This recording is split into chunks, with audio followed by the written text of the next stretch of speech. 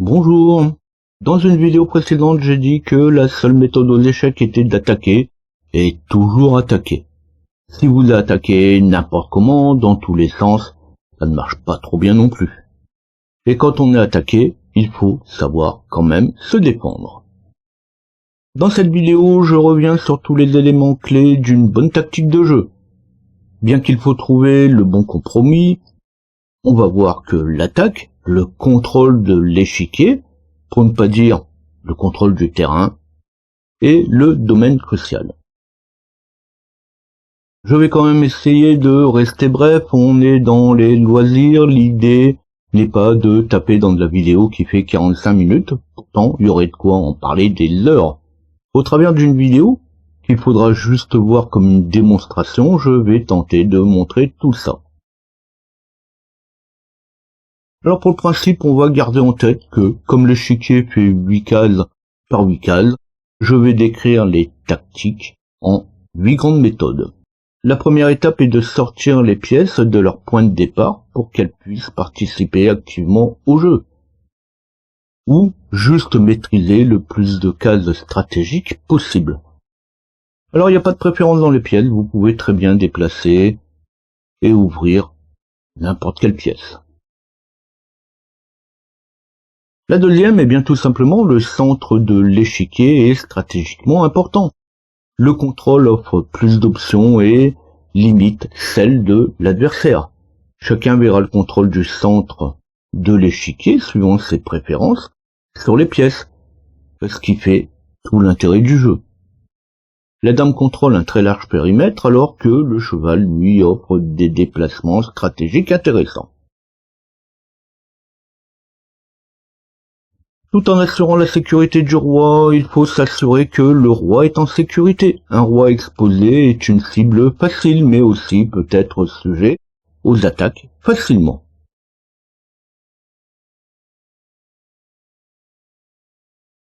Ensuite, les pièces doivent travailler ensemble de manière efficace. J'ai déjà parlé des couples de pièces, des fous ensemble, les cavaliers ensemble. Le couple cavalier-fou. Un pion ou un cavalier peut protéger facilement toute autre pièce.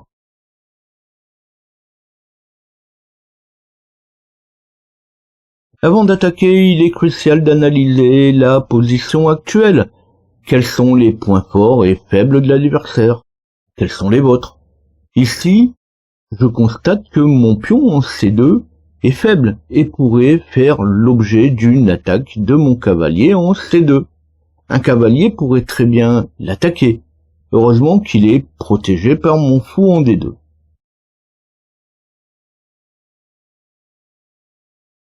On va alors parler de planification de stratégie. J'ai planifié depuis longtemps l'attaque du cheval en B4. On va voir que mon adversaire aussi.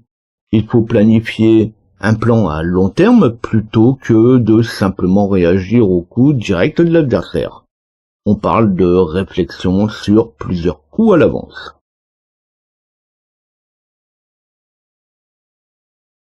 Il faut aussi savoir défendre et se défendre efficacement, tout en étant prêt à lancer des contre-attaques. Perdre un pion, pourquoi pas. Mais si ça permet de rapporter plus en avantage matériel ou positionnel, pourquoi pas. Enfin, mais c'est aussi une partie intégrante des actions que j'ai déjà décrites dans d'autres vidéos, il faut savoir identifier les opportunités tactiques comme les fourchettes, les enfilades, les clouages, qui peuvent vous donner aussi des avantages matériels ou des avantages sur le positionnement. Vous le voyez bien, je n'ai pas réinventé le fil à couper le beurre. Ce ne sont que des choses évidentes. Ne cherchez pas trop. Il n'y a pas grand-chose de plus à trouver. On parle de tactique ou de stratégie. La vraie et la seule différence, c'est que certains arrivent plus à anticiper, arrivent plus à deviner ce que l'adversaire pourrait faire ou va faire. Souvent, j'ai pu me dire, mais pourquoi il fait, alors je parle de mon adversaire, ça ou fait telle action. Je me suis dit aussi parfois que c'était complètement idiot. un coup à l'avance, une action peut sembler parfois étrange. Pourquoi un sacrifice là où il n'y a pas de raison? Si je n'en vois pas la raison, mon adversaire, lui, peut être la voie de son côté. Là, je rentre pas plus loin dans ces détails, je vous laisse y réfléchir et bâtir votre propre tactique de jeu ou bâtir une nouvelle tactique de jeu, suivant ces différentes données que je viens de vous donner. Si le sujet vous a plu, si ça vous permet de voir les choses un petit peu différemment ou sous un autre œil, dans ce cas-là, vous pouvez liker.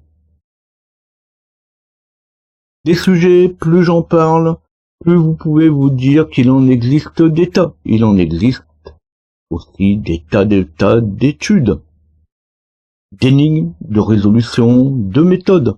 Alors si vous désirez retrouver facilement mes vidéos et prochaines vidéos, vous pouvez vous abonner et activer la cloche. Laissez vos questions, vos suggestions.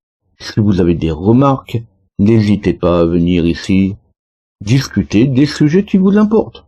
Peut-être que vous aussi vous avez votre point de vue sur certains sujets. L'espace sous la vidéo est fait pour ça.